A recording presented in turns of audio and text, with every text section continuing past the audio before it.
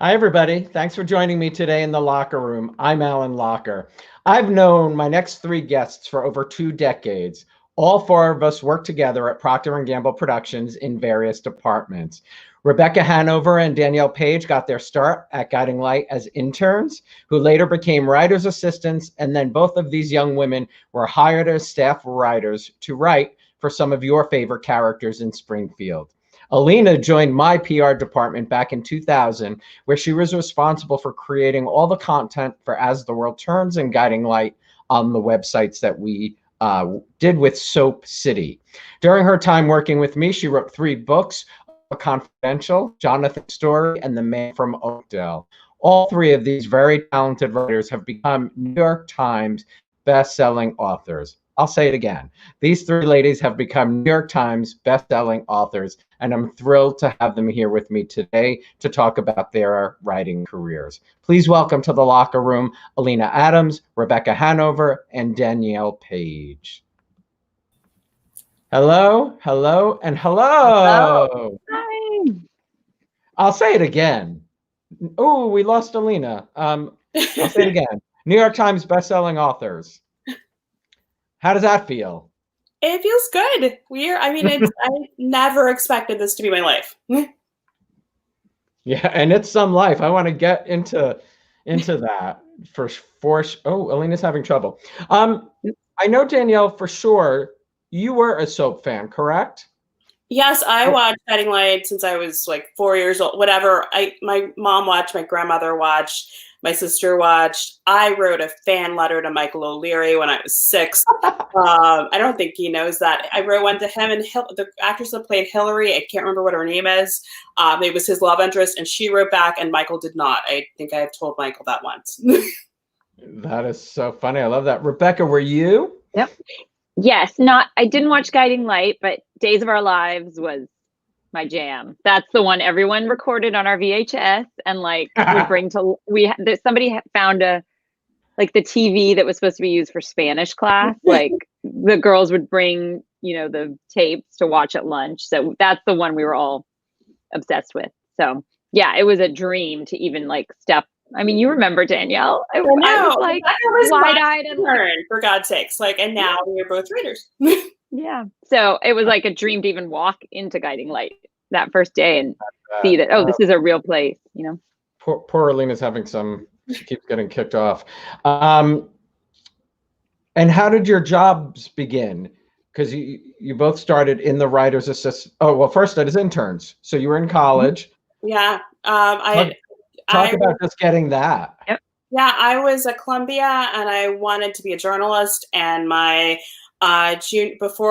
summer of my junior year, I was looking through the binder of internships. One I took was at Paper Magazine, and the other one was Guiding Light. It was just in the binder because it was before everything was computerized except for the entertainment jobs. And I went in for an interview with Roy Steinberg, and I just was trying to fill in the rest of my summer. I already had my journalistic internship, and I thought this would be fun because my family loved the show and I loved the show. And I just did it on a lark and ended up falling in love with it and wanting to write for soaps. I figured I started to get bored with journalism, and so this was kind of just a perfect moment. So it's a little different than journalism. I love that. That's just a little studying journalism at Columbia and then writing for Guiding Light is, and then doing what you're doing. Well, my parents who were paying for Columbia felt a little bit different about that decision at the time. It just seemed like such a long shot. Whereas journalism felt like a real career that I could focus on, and there were steps.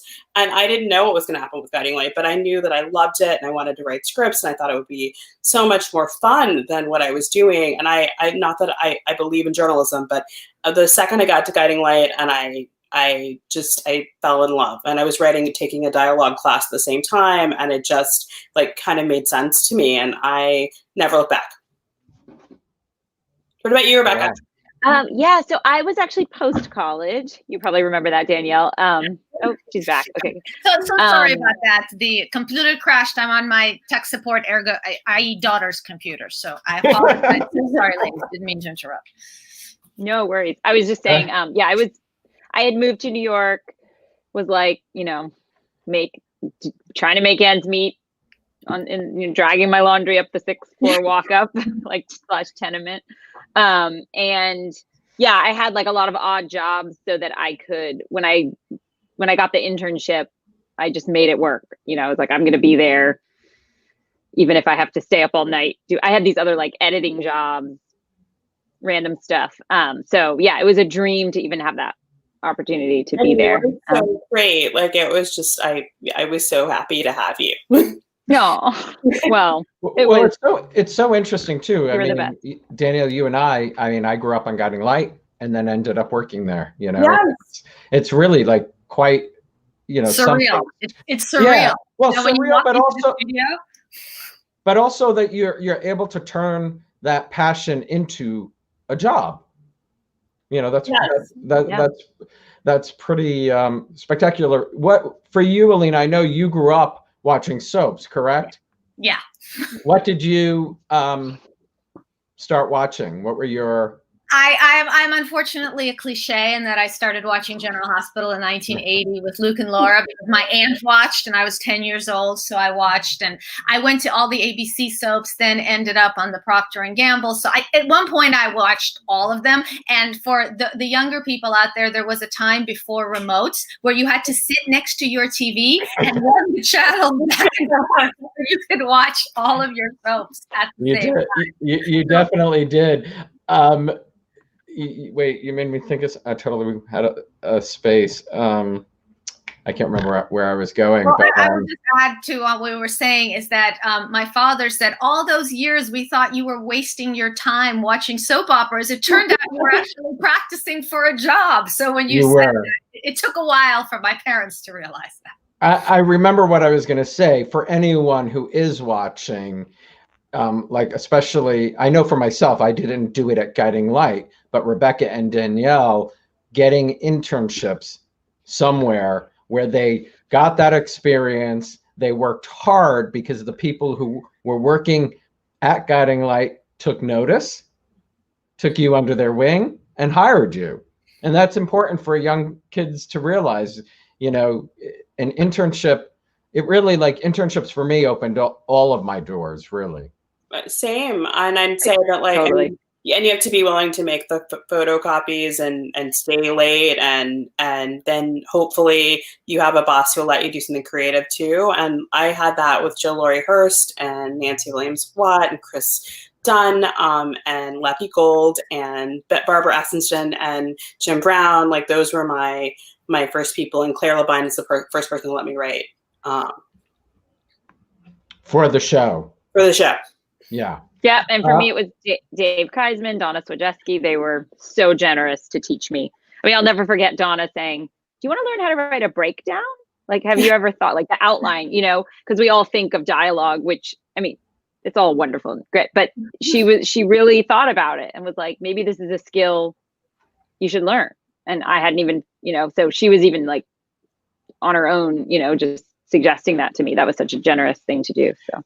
Yeah, I remember the first time I met Claire, like we were walking through the office and she's like, I think that you should write a script with me. And she just said it the first day. And by, I think like a month later, I wrote a script with her. I mean, and she was just wonderful. Yeah, I and of can't course. imagine that's, like you're just walking down the hall and somebody says, hey, you want to write it? Yeah, write a script for the show you grew up watching, Danielle. Yes, I mean, it was such a dream come true. And my first script had Alan and Claire in a hot tub. I just remember every moment of writing those scenes and showing it to my friends and like my parents. It was just so exciting. Susan Pratt and Ron Raines, not bad. They were awesome.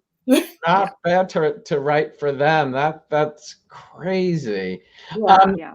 Danielle, because you studied journalism, I'm curious, did you grow up, I know like it was sort of the parents, but were you big into news?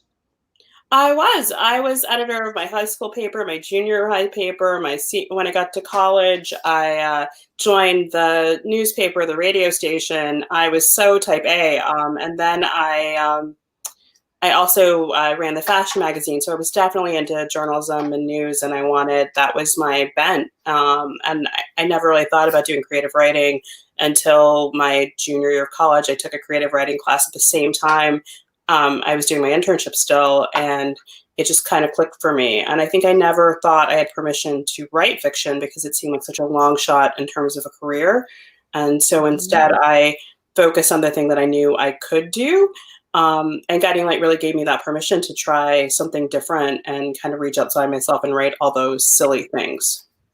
I love that. Alina and Rebecca was writing something. Alina, I know you've written for decades, but like as a child and Rebecca, Alina, you go first. Was that? Yep. Absolutely. Writing? My parents claim my first words were the Russian version of pencil and paper. Definitely. Writing was what I always wanted to do. I always wanted to do fiction. I started writing books in high school, sending them out to editors, getting rejections. I had a pile of rejections this big. I actually went a little bit backwards from what Rebecca and Danielle did, in that my internships, because I was in San Francisco while I was in college, all of my internships were local news and public affairs and that kind of thing, because it was San Francisco, so it was local programming. But the way that I got my first job in soaps was there was a show on E called Pure Soap. It was a show that was going to cover all the soaps, and it came on, and I watched it, and I wrote a letter to Michael Logan, who was one of the hosts, who I didn't know at all. I had just read his columns in Soap Opera Digest and TV Guide. And I wrote him a letter, and I said, your show is great, but it's lacking one thing, me. And then explained that I could bring to the show. And they called me. And I went down to LA for a week's trial, and then they ended up hiring me. So it's the kind of thing where you were talking about, do internships, definitely do internships, but also put yourself out there, tell people that you want this. Yeah, I mean, that's amazing. And Rebecca, for you, writing? Yeah. So yeah, I grew up really into the theater, which is funny now because I'm like nervous even doing this. So it's kind of funny that I ever put myself out there like that, but I loved musical theater and performing. So then in college, so writing was something I loved reading. I was a big reader, but writing was something I enjoyed a bit, but it wasn't my main focus until college. I ended up taking some playwriting courses with Cherie Moraga, who is this wonderful playwright who was like a playwright in residence at Stanford. And she really opened my eyes to how much I loved writing dialogue. And then I did, for my drama major senior thesis, I did a one-woman show. The title of it is going to make you laugh because it's such a senior thesis. It was called Suburban Revenge. And it was sort of like a Desperate Housewives, one woman show. After at the end of my performances, a lot of my friends and audience members came up and said, "Oh, great job. You were great, but we really liked the writing," or we really laughed. And that's when I realized my acting career was over, but that maybe I should focus on writing. So yeah, that's kind of when it started to come together for me as something that I wanted to do. But just like Danielle, I was like, this is not really a career, is it? How do I? And so then when I moved to New York City, I was literally editing people's college essays for this I think it's now part of Peterson's. It was some kind of people with English as their second language. I would help them. So I thought that writing was going to have to be something like that, very practical. I didn't know I'd be able to parlay it into creative career. Interesting. And Alina, it's interesting you were talking about all the things you were writing back in high school. Like today, kids who write can actually self-publish, with all the internet. I just did a workshop actually last night for a school, and I was talking about Wattpad, and it just happened that one of the people there is a Wattpad ambassador. Kids, I don't know what that is. Wattpad? It's an online site where people can post their fiction, and TV shows like The Kissing Booth was bought from Wattpad. I think Lighter Than Air was bought from Wattpad. It's basically a site, and it's wonderful because it really allows diverse voices. Because the fact is, and I think Rebecca and Danielle, see what you think, is that traditional publishing is traditional publishing. The gatekeepers are looking for a certain type of story. I mean, we all have gone outside a little bit of the parameters, but it's pretty much it's a box. And the cool thing about the internet is that these kids, they can put their stuff up, they can get readers, they can get comments, they can get feedback. you know, you're a writer, you sit there, you're just writing in a vacuum, hoping somebody will like it. On Wattpad, it's instantaneous. So yes, Alan, you're absolutely right. It's a whole new world. If I had had Wattpad and YouTube when I was 15, I would have never left the house. Yeah, and I think that when we were younger, we didn't think there were a lot of paths to be writers and to write creatively. And I think Wattpad is great and so much fun. And I know so many authors who started out in Wattpad and now are traditionally published. So I think it's such a great resource. And I wanted to say something else about soaps and the training that I got. For a minute back in whatever year I started writing, P&G did a program where they were trying to get people to write. Rebecca, did you end up doing that, or did they? So they actually had soap classes, a training program, right? Yeah, they did. No, I didn't. Program, and Bill Graham hosted it, and he was like head of development at P&G. And we had these classes of Brett Stannard. I don't know if Dave Kreisman, I think already missed the boat on that. I think he had already started writing. I was in one of them. Dave came in to talk definitely to one of them. Yeah, so that was one of the things we did. And I just remember this moment when Bill Graham was teaching us how to write soaps, and he said that every scene should end in a bitch slap. It should be either metaphorical or actual. And that was like the best piece of soap writing advice I've ever had. And I actually use it in books I think of scenes as chapters, and like I end every chapter with a bitch slap. I love that. Alina, you and Lisa both did that, right? As well. Yep. Oop, I didn't mean to do that. Well, Candace says hello. So. Hi, Candace. Hey, Candace. Danielle, I was going to ask about, you worked under Paul, Claire, Jim, and Barbara. Talk about like your relationship with each, and maybe what if there was something different you might have learned from each of them.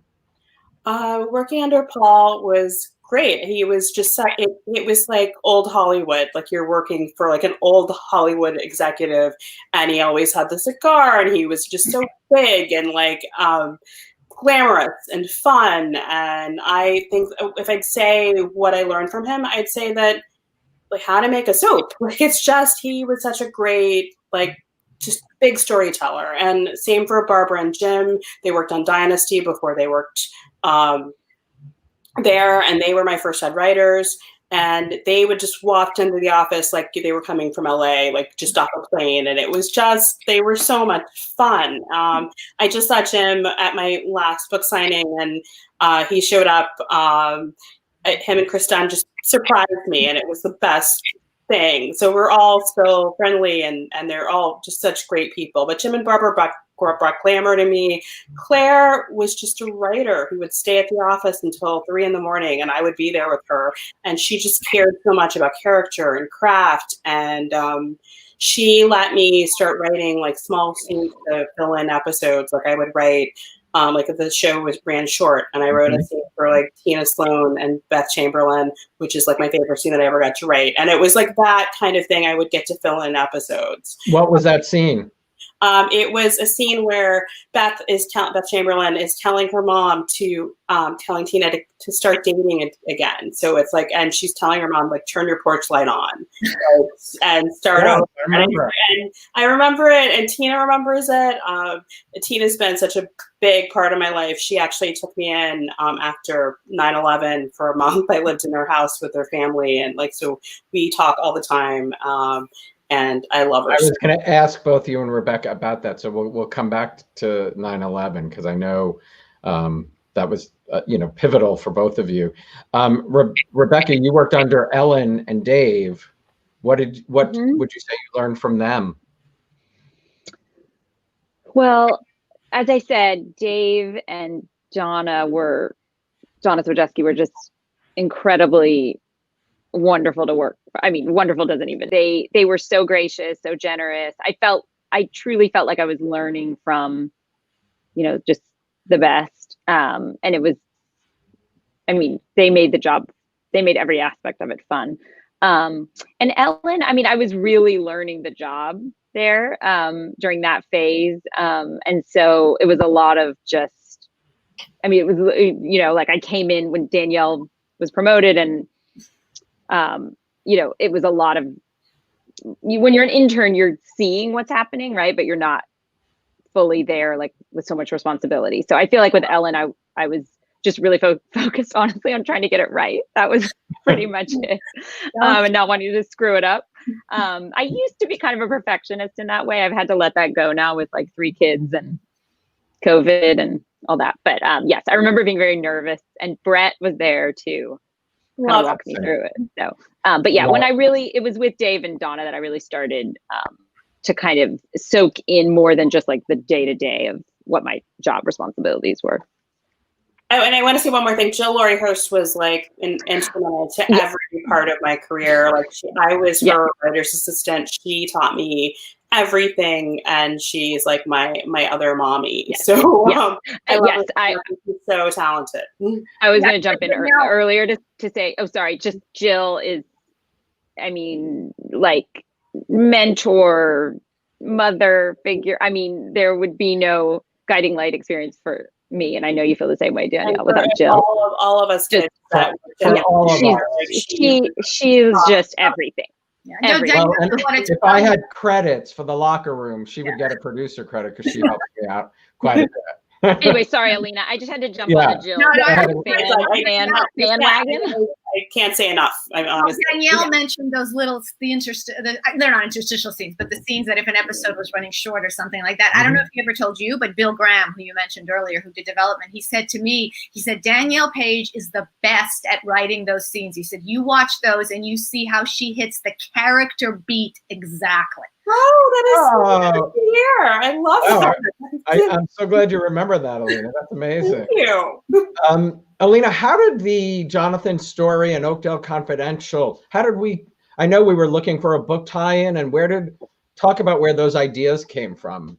Well, it was the first one, which was actually Oakdale Confidential, which we wanted to do something special for the 50th anniversary of As the World Turns. You know, at that point, it was Guiding Light had been on radio, but As the World Turns was the longest one that had started on TV and went on TV. And we wanted to do something really special to commemorate the occasion, in addition to all of the other things. The special episodes, remember, they did the ones where all the women were on the bus and they got lost. And then the other special episode where they were all in sitcoms, they were the Munsters, and they were all of that. So remember those? Those were amazing. And in addition to that, the idea was that we would publish a book in the real world at the same time as it was published on the show.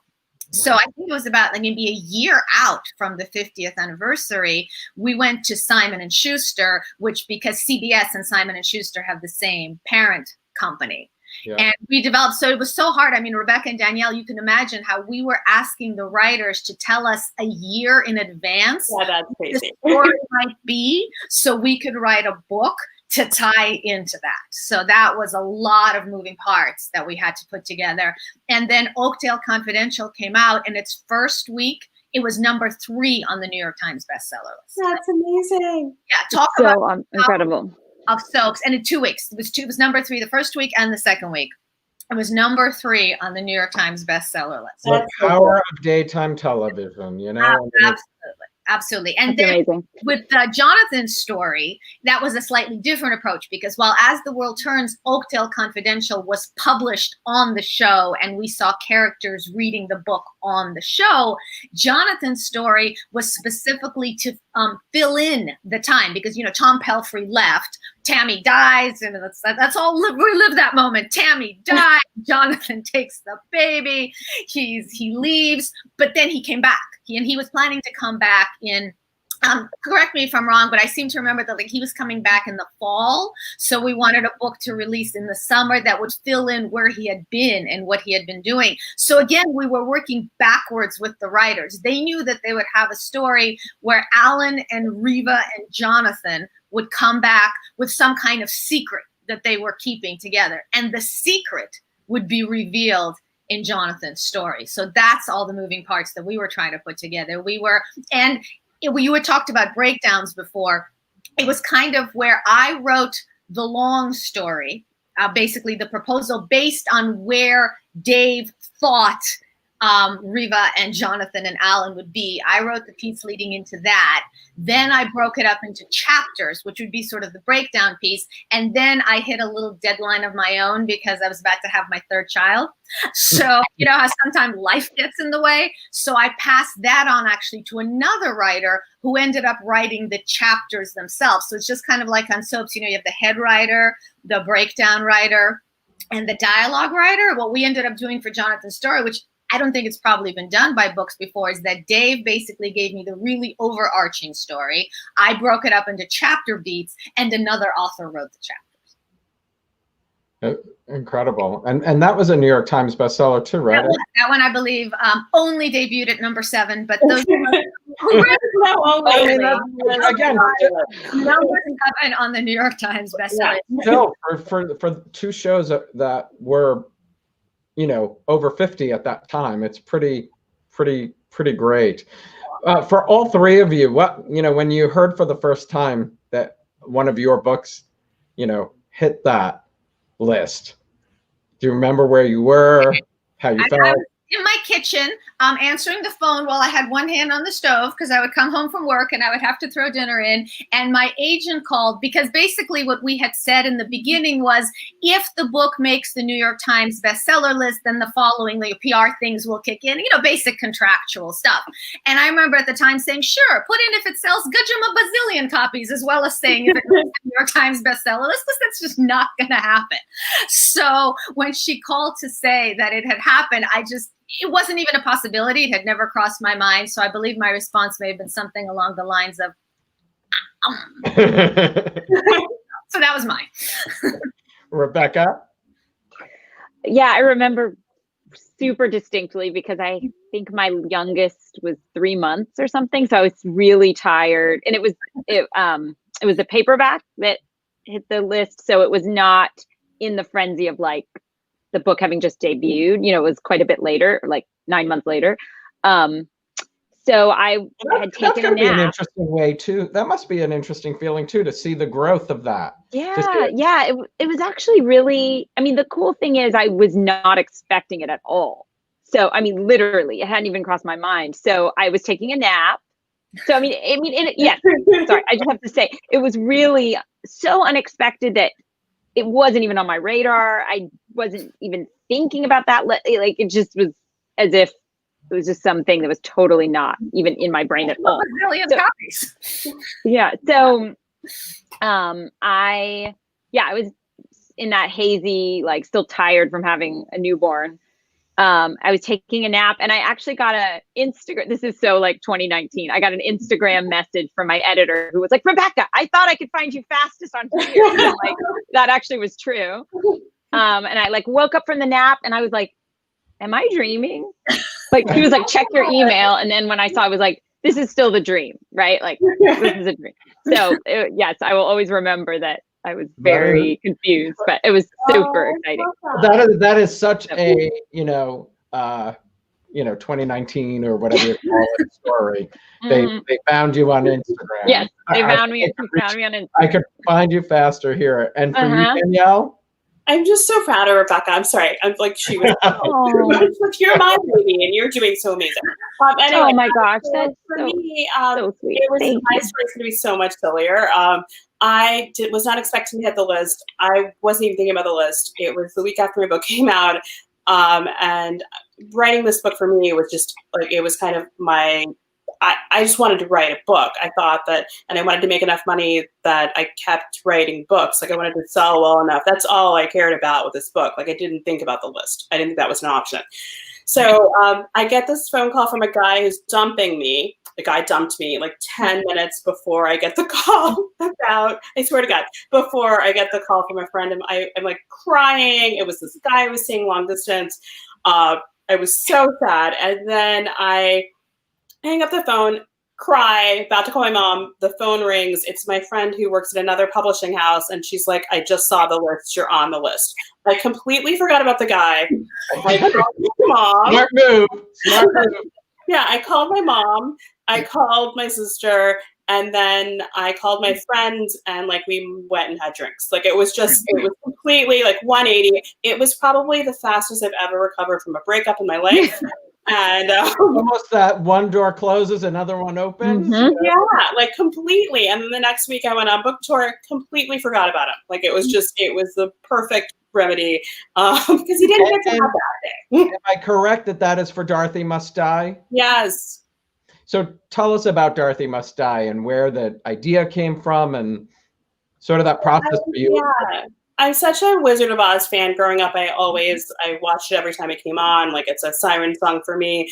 I always wondered what happened to Dorothy whenever she went back to Kansas, and I thought that she would miss friends and miss magic. And I wondered what if she got a little petulant about those things and really turned a little darker than we're used to. And she manages to get back to Oz, but now she's a little darker than we thought. And her friends kind of go with her on that journey.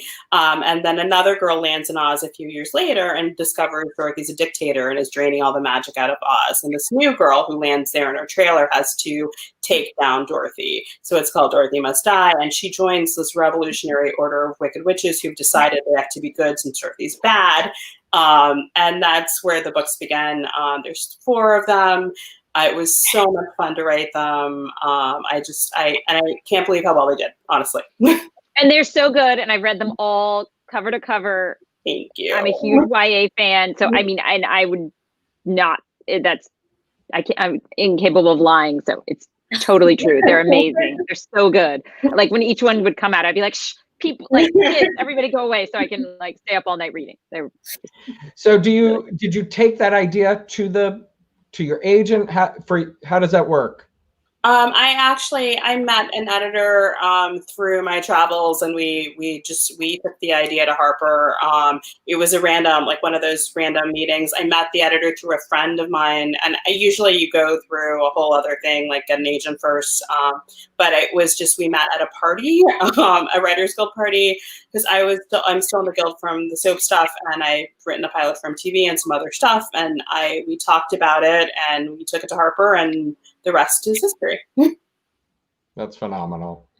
And Rebecca, The Similars was first. Yep. Is that the one in paperback? So, yeah. My daughter wrote a book report about it. You know how important of a book it is? My daughter wrote a book report about it. So I know that made my I love fun when like a real teenager reads it. It's like that's fantastic. Gold.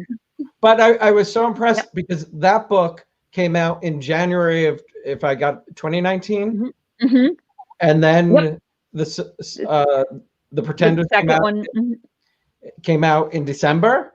Yeah. So did you have that in mind all along? Like, did you know that? I knew when I sold. So I went through the more sort of traditional like query to find an agent, and then and wait, let me interrupt. You want to go back? The Similars is about 6 clones who join a prestigious boarding school where the main character confronts the heartbreak of seeing her dead best friend's face each day in class. Did you get the clone idea anywhere that we may know? I know, right? Where have we seen clones before? Yeah, to make a long story short, huge, like rabid YA fan. I mean, I've loved children's books, and I had even started, writing more of like a middle grade book way back in 2002 or something, and then ended up with Guiding Light. So I kind of shelved, pun. Yeah, when I you were working on your middle grade, and I remember I wasn't even thinking about any books yet, and I remember like us having a talk about it. Yes. And like, you have to finish that. Yeah, so I never finished that, but I did end up over that like decade, basically, really diving into YA, because YA really like hit this, renaissance of young adult, when the world of YA really opened up in terms of genres and categories, and there's so many, own voices now, books, and it's just so incredible. Was it Potter that did that, or is Potter considered YA? It's a more middle grade, but I think like Twilight. After Twilight, and then Divergent, maybe more Hunger Games. Vampires do it all. Hunger Games, yeah. Between Twilight, Divergent, and Hunger Games, I think it exploded. After those, it kind of exploded. Gotcha. So anyway, I got really into it. I set this like life goal to write a YA novel, and publish one, like one way or another. And so I was kind of searching though for that idea that would, be the thing I would really, because I knew it was going to take me a long time to write because it would really be my first book. And so I was like, it's got to be something that has legs and that I will still be interested in 5 years later. And it did take 5 years by the time it got published. I mean, probably even longer, honestly. So anyway, I was looking for a high concept idea, and somehow I was talking to my mom on the phone, and we were like, what about clones in a high school where they're like confronting themselves or, a version of themselves? And then it just took off. And the thing that was so fun for me about that particular project is that there's so many, it's so fun to see the kids like Gossip Girl, but with clones, right? But then there's all these big picture, ethical and scientific ideas that you can explore about identity and et cetera. So it had legs. And I felt like it was about the high school, but there were bigger, questions you could ask, and like dig your teeth into. Series. Yeah, I love it. It's so good. I loved Orphan Black. I mean, it sounds like a great series. Yeah, it's one of my Orphan Black's one of my favorites. I love your book. You're so good. Oh, thank you, Danielle. So anyway, so you were asking me though. Writing them. About the 2 books. Yes. So so I went through the traditional process, found an agent, sold the book with a second one.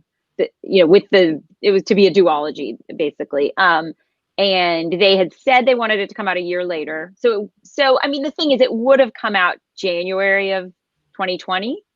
But then for marketing reasons, they decided to put it out in December of 2019, just to hit like Christmas and holidays and stuff. So it was sped up by like a month, but it's still, there, as you know, Danielle, there can be quite a fast turnaround. Yeah, with the series, because they don't want to lose the readers, So yes, it was to answer your question, it was a whirlwind writing the second book. I've never written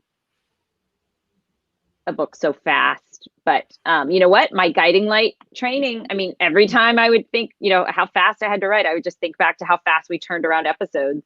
Yeah, I think guiding light. Right? Oakdale Confidential had to be written in 6 weeks. Yeah, because it had to hit both print. I think I scared Danielle. So that's super fast. Because that was the only way we could get it both in the physical print run and ship it to the stores to hit exactly when the show would be airing. Because we couldn't be off by a month in one direction or either the other, because we had the anniversary. So at least we had the hard date. We had, is it April 6th? I mean, I'm sure. Second. Sorry. April 2nd. So we knew it had to be on the air, which means the physical books had to be printed and shipped, and the show had to have them in order to shoot them how many weeks in advance so that they would air on April 2nd. So there was no missing it. It was 6 weeks. It wasn't 6 weeks in one day. It was, we had to turn the As the World Turns book around in 6 weeks. That's crazy. Wow. Yeah. But again, so people are used to, just like you said, so people are used to. Yeah, you gotta churn it out. So Alina, you released your book this past June, The Nesting Dolls. Tell us about that and what the whole experience. For me, when was the gem of the idea started in your head? Well, interestingly enough, remember how I told you when I was a teenager and in high school and sending out books so they would be rejected? As they say, write what you know. I was born in the former Soviet Union. So, and I mean, as we talked about, you mentioned own voices. The fact of the matter is, there's a lot of voices that need to be heard that don't necessarily get written about. So I was writing from the perspective of being a Jewish refugee from the Soviet Union. And all I heard was the Soviet Union doesn't sell. Nobody cares. The Soviet Union doesn't sell. So I went on to do other things, in addition to the soap opera books, I wrote a series of figure skating murder mysteries. I wrote Regency romance. I wrote contemporary romance. Russia doesn't sell. Nobody cares. And then 3 years ago, my agent said to me, Russia is really hot right now. Can you imagine? I can't imagine why. So she said, an editor said to me, Russia's really hot right now. Do you have anyone? So she came to me, and I ended up writing the book, The Nesting Dolls, which actually it's a historical fiction novel. It takes place during 3 time periods. It takes place during the 1930s in the Soviet Union, which is during Stalin's Great Terror, which is when basically you could be walking down the street and could be picked up and shipped off to Siberia for any number of reasons or no reason at all. Takes place in the 1970s in the Soviet Union, which was the height of the Jewish refusnik movement, which is when Jews were trying to leave the Soviet Union. And you had Natan Sharansky on hunger strikes, and you had people trying to hijack planes to leave. So you had all that. And then the present day version takes place in Brighton Beach, Brooklyn, which has a very big Russian-speaking Jewish community. But it's interesting because I say 2019. When I first wrote the book, it was supposed to be out in summer of 2019. But then they said, you know what? The house was really excited about it. They said, let's give it a really big publishing push. Let's put it out summer of 2020. It'll give us enough time to really get the buzz about it and everything else. And I was really bummed at first because I don't know about you, but when I read a book that's supposed to be present day and the date is just a little bit beforehand, it kind of throws me off. It doesn't feel real. So I was bummed about it. But here's what happened. If the book had taken place in summer of 2020, it could not have happened. No. We're not 6 feet apart. People were going places. People were touching. So it actually turned out to be really, really lucky. And I was actually saying to Alan earlier that, yes, launching a book during a pandemic is unprecedented. So people didn't really know how to react. I mean, I had the date set for my book launch. We had the place. You know, it was all going to be great. We ended up doing it virtually. But you know what? When we did it virtually, my parents could come from California and other people could come from other places. So I'm choosing to look at it as a positive that because I did a virtual launch, there were people there that otherwise I wouldn't have seen. So. Well, yeah, I have a virtual launch this week. So like November 3rd, Danielle's book comes out. I mean, both of you to do it at this time, but Danielle, the Ravens, talk about. So I had this idea about doing a book about sorority witches forever, even before I did Dorothy, and I just never got around to doing it. And I thought it would be fun to write it with a friend. So I'm writing with Cass Morgan. She wrote, I don't know if you guys saw the show, The 100. There's a book series based on this, and that's what she wrote before this. So we worked on it together. It's 2 girls in a Savannah sorority. One of them doesn't know she's a witch. One of them does. And the girl that doesn't joins the sorority, discovers everyone's a witch and has to figure out, what the heck's going on. It's fun. There's murder and mystery. It's soapy. It comes out on the 3rd, which is election day, which is scary for me. But I'm fascinated about that. Like, how do you write a book with someone? So what we did is we each took a character. I got the mean girl and she got the sweet girl. And we trade off chapters. And so I wrote Scarlett, she wrote Vivi, and then we outlined together. So there's an extensive outline, but then you write your own chapters and then swap them and then make any changes that you see fit. So it's kind of like having a breakdown. Mm-hmm. Oh, interesting. Is it easy to talk your publisher into 2 people writing it, or? They are actually excited because then they get the power of like both of our fan bases, which are different. Mallory's, Cass Morgan's books are very sci-fi, and my books have been very fantasy based. So this is our book. Both of us are coming together doing something paranormal. So I think we're kind of hoping to reach a new audience. And it kind of calls back on my soap experience. And I think it's just been a fun experience. And it's, right in time for Halloween. So I think that hopefully people like it.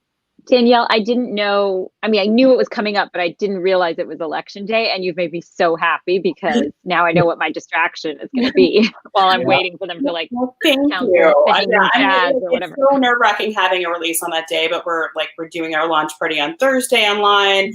And then we're not going to do anything on the actual day except for post about it because we feel like everyone should be voting. And hopefully you can, pick up a copy as your reward or something.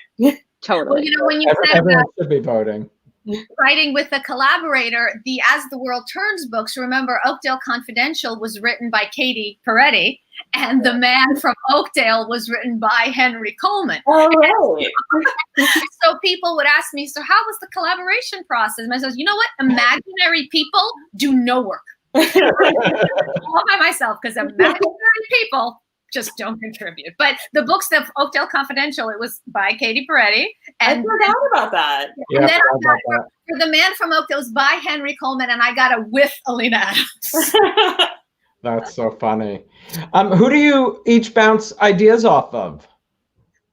I bounced for this book. I off my writing partner. For any book, though, I still call it. I talk to Jill Laurie-Hurst sometimes. I talk to Tina Sloan, who has her own book, Chasing Cleopatra now. I talk to and Changing Shoes, both. And Changing Shoes, both are great. And so yeah, I talk to writer friends, honestly. And then my fiance is a writer too, and he does late night stuff, or he used to do late night stuff, and he's doing other stuff. He's written for Tom Fontana and stuff. So I have someone in my home that I can bounce stuff off on. Congratulations! That's amazing. By the way, congratulations! Yes. Yeah. A television writer, correct? So he wrote for Letterman and Conan O'Brien and Borgia's and a bunch of stuff. No, that's fun. Well, the two of you need to write something. We actually are. We have. I can't announce it yet, but we're signing something this week, so we're going to do something together, which has been really fun. That's awesome. Yeah. And Rebecca, who do you bounce? Yeah. You guys still hear me? I feel like my earbuds are giving me little pings. Okay, good. I have a writing workshopping critique group, basically critique partners, who are my two best friends from college. Danielle, I'm sure you remember my friends Winnie and Bill. They were around back then too. And we all write different, someone might be writing a screenplay, someone might be writing a pilot, someone writing a book, different formats, but we've all just been writing in different capacities for 20 years. And somewhere about 10 or 12 years ago, we realized that we would be the best critique partners for each other because we can be brutally honest with each other, but also we care so much. Like I will sit and they do the same. Like I'll sit for days trying to think of like a good title for their project. And like they would do the same for me. And like, let's face it, you probably wouldn't do that in a writing group of like strangers you met. Maybe you would grow to that point, but we're so invested in each other's work. So they're the best. It's wonderful. And then my mom, my poor mom. Well, I love that your mom helped you with the story. Like, Mom, what do you think of it? And she'll read it. No one's more invested than your mom. So yeah. So thanks, Mom. And seeing you succeed more than your mom. And you, Alina? I don't bounce because I don't know what I'm going to write until I see it on the screen. The one time I did give my husband a manuscript to look at, it was still in manuscript form. He's not a writer. He has a real job. He's a teacher. He's an important person. He read the manuscript. He's an essential worker. He's an essential worker, yeah. And at the bottom, after one scene, he had written, I don't think this works, do this. And then he crossed it out. And he goes, or try this. And then he crossed it out. Or try this. He crossed it out. And at the bottom, he wrote, writing is hard. That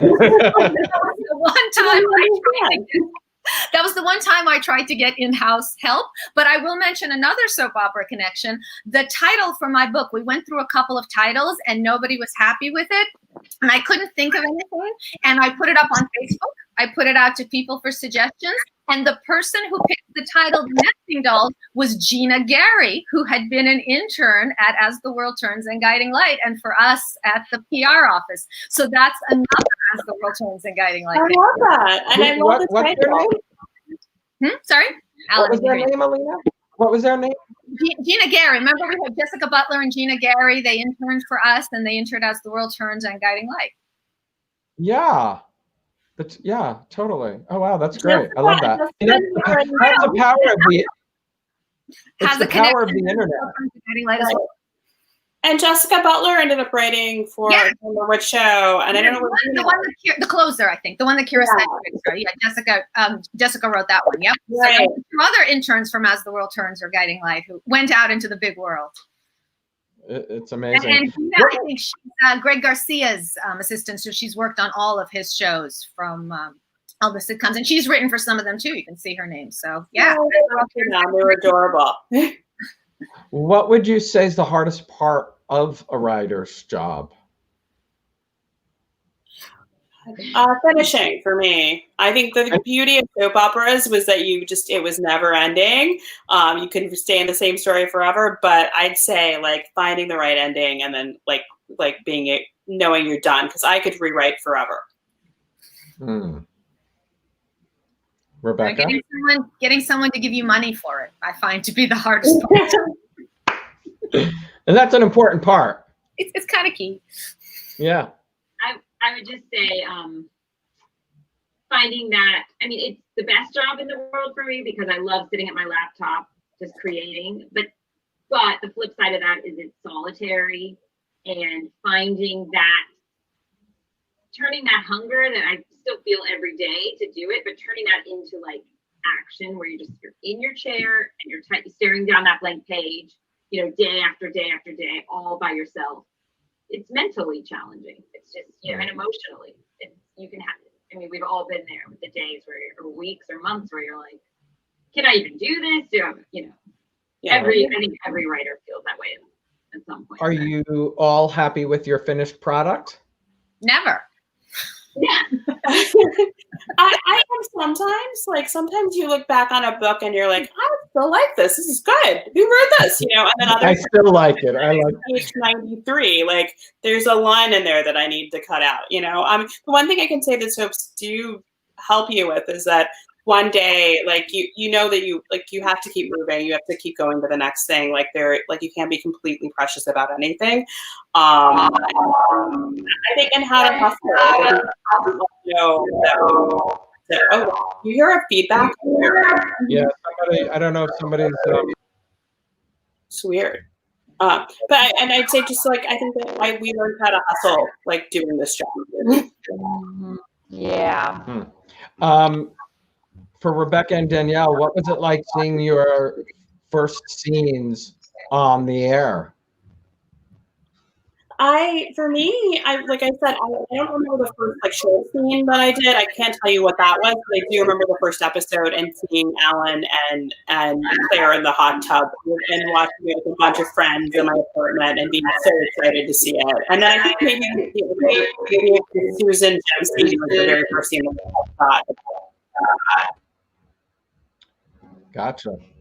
A dream come kind of unbelievable. Something I wrote, Rebecca, maybe it's your... So my earphones. Yeah, I'd pull them out. Okay. I would pull them out. It might. And let me. You had taken them back. No, we can't hear you. Sorry, you guys just adjust. Yeah, it might be that they need to put them away.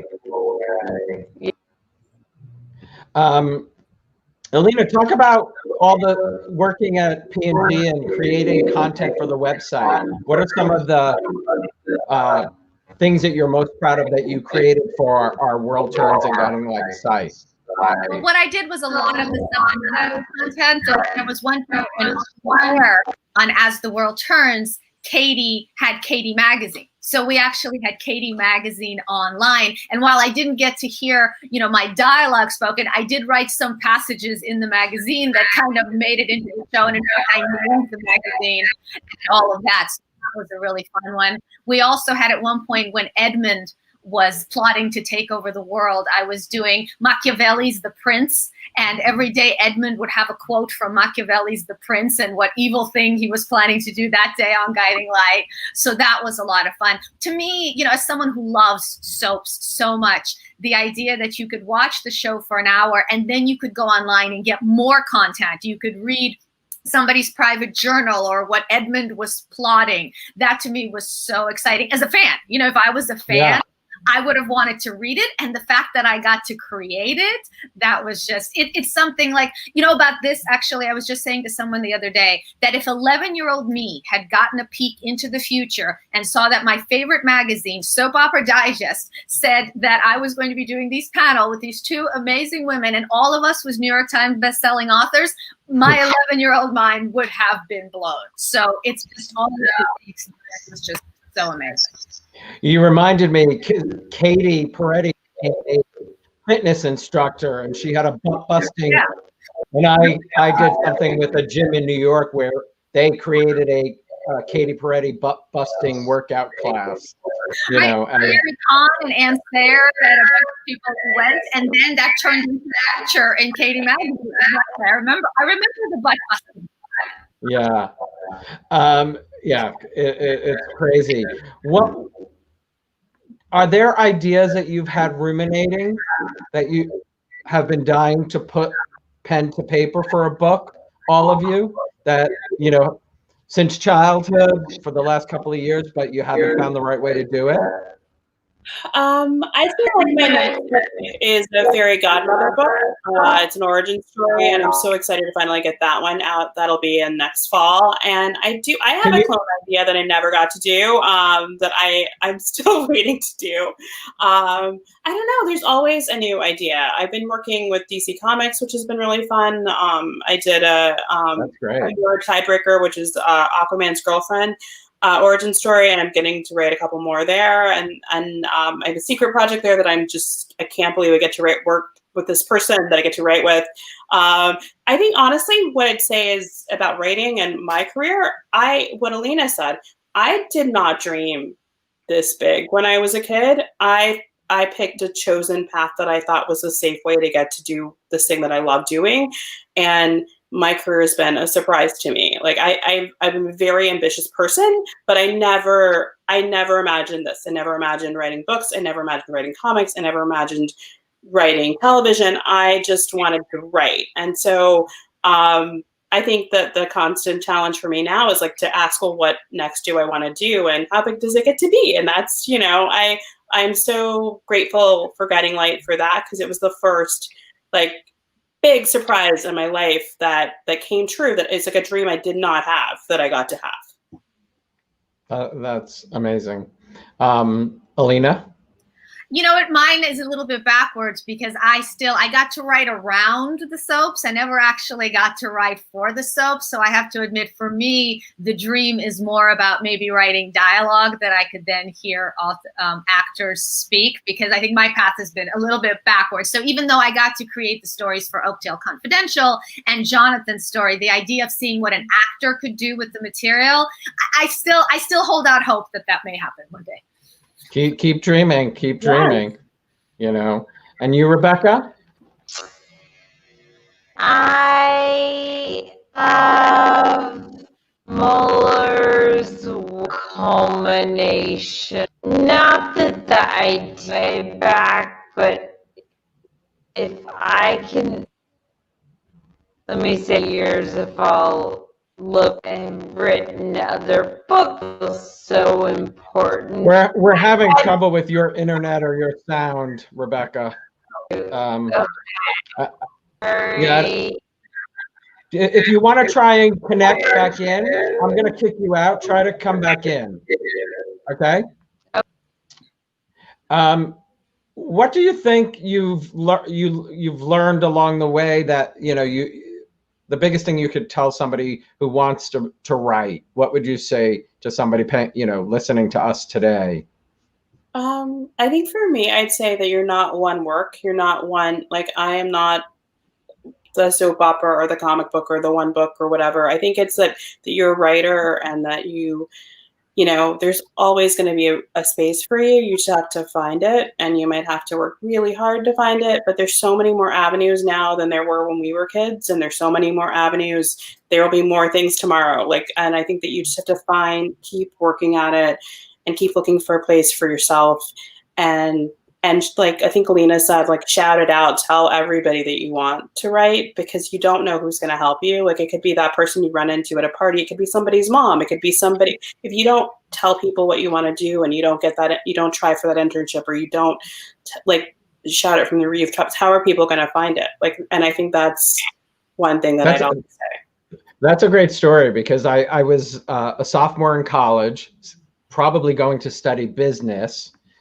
I was going to study business, and I was managing a health club, and I was at the pool lifeguarding at the moment. And I don't know, I was having a conversation saying I've always wanted to get into the entertainment business, and somebody overheard me, and she worked in HR for ABC television. And I literally got a job as a page, and that page job changed the entire course of my life.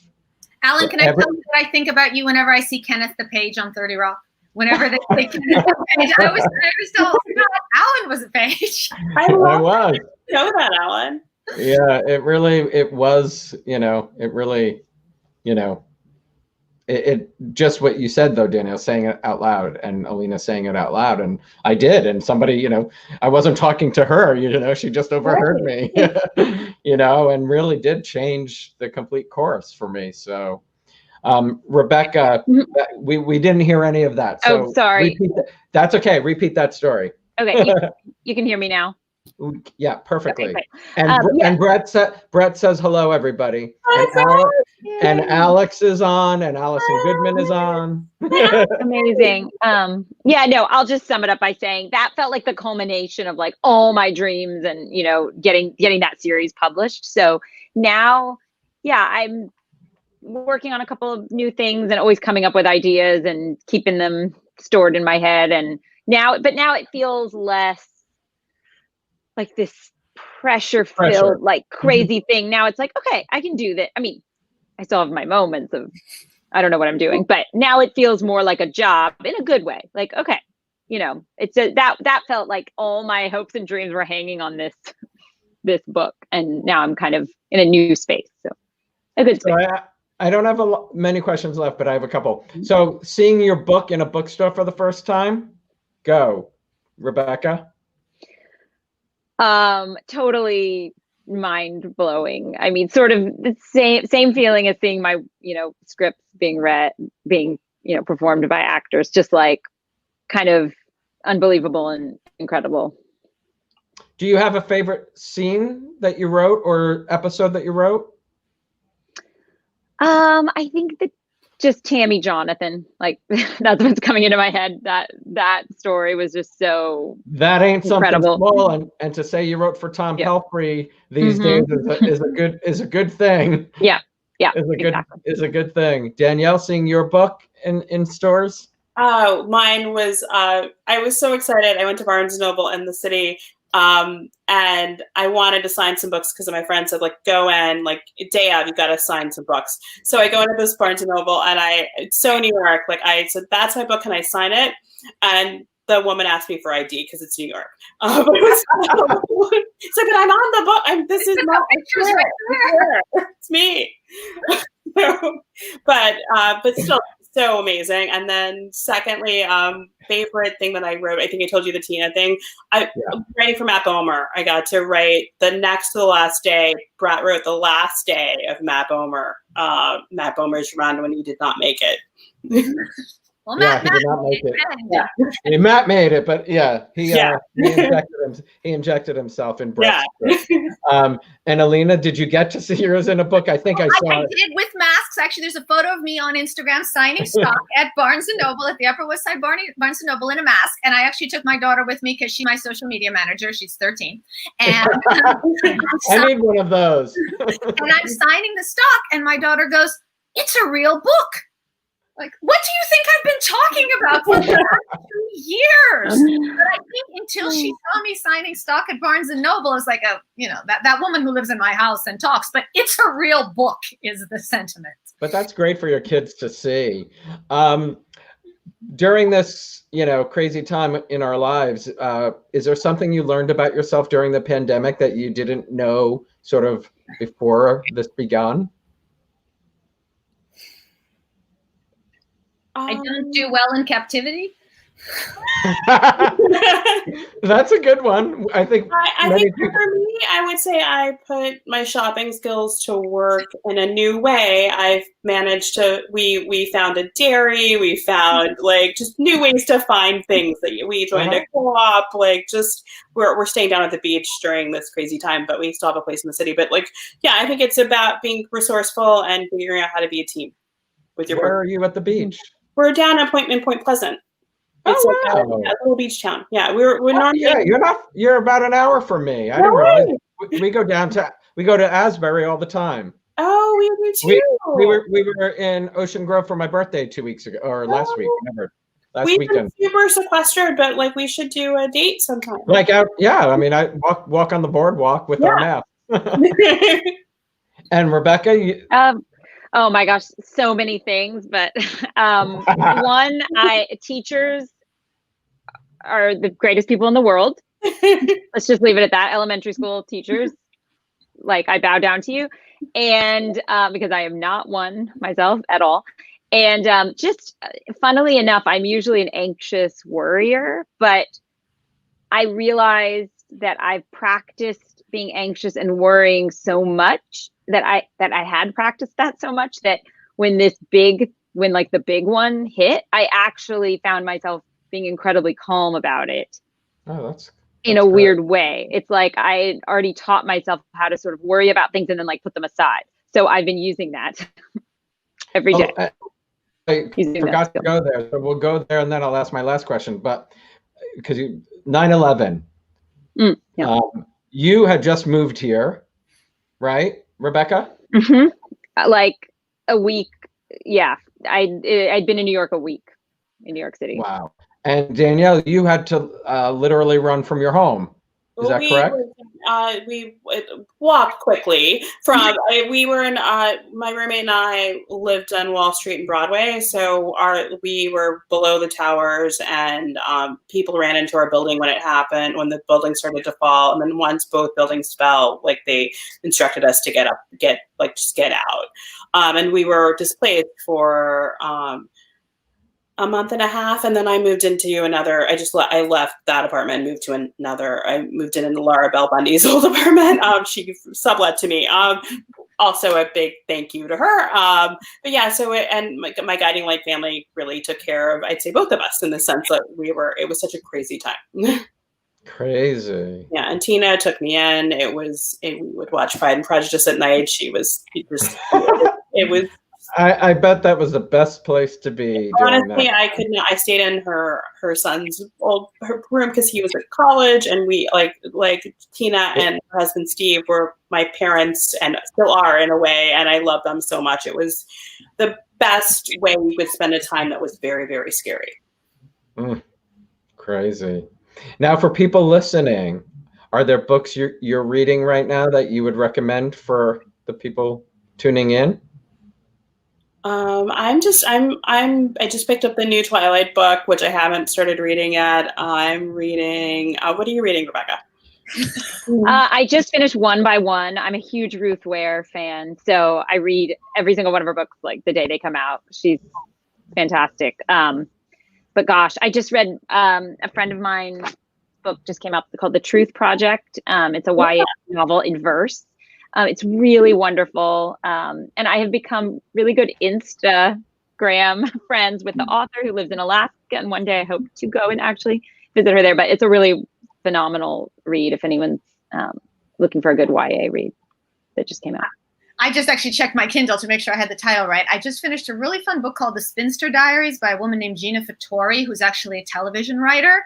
And if you've ever worked in television, it is a very, very funny behind the scenes look and how it feels to be churning out a show and how it feels to be writing something and not knowing whether the person you're writing it for will like it and thinking, this time I figured out what they like. And next time getting a completely different set of notes. So for this group and for those who are interested in writing for TV, The Spinster Diaries by Gina Fattori was right on. I'm gonna look at that. That sounds fun. Ladies, I'm actually reading Alison Arngrim. Do you know who that is? Her autobiography is great. I read it. It is hysterical. She played Nellie on Little House on the Prairie. Oh wow. Yeah. She fantastic.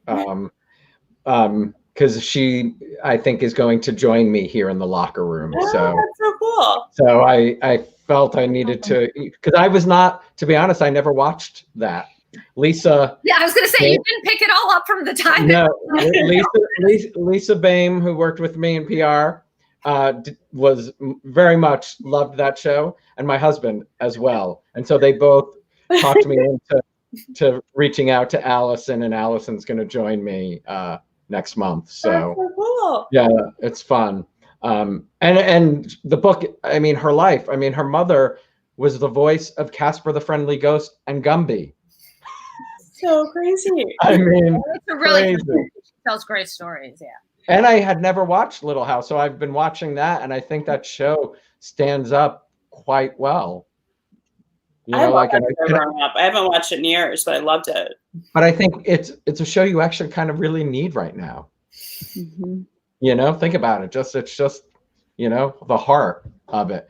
Ladies, it is so good to see you both. It's so good to see your success. Danielle's book, The Raven, is out November 3rd. The Nesting Dolls is out right now. The Similars and the Pretenders are out. Guys, thank you so much. Stay well, stay healthy, and let's do it again. Yeah, thank you. I enjoyed Thank it. I you. enjoyed this so Thank you so much much. for organizing. Thank you so much. Terrific. I'm so Thank glad you, you- Alan. This is a fun. Have a great rest of your day. You too. Thank you. Stay here. We'll say goodbye in a minute.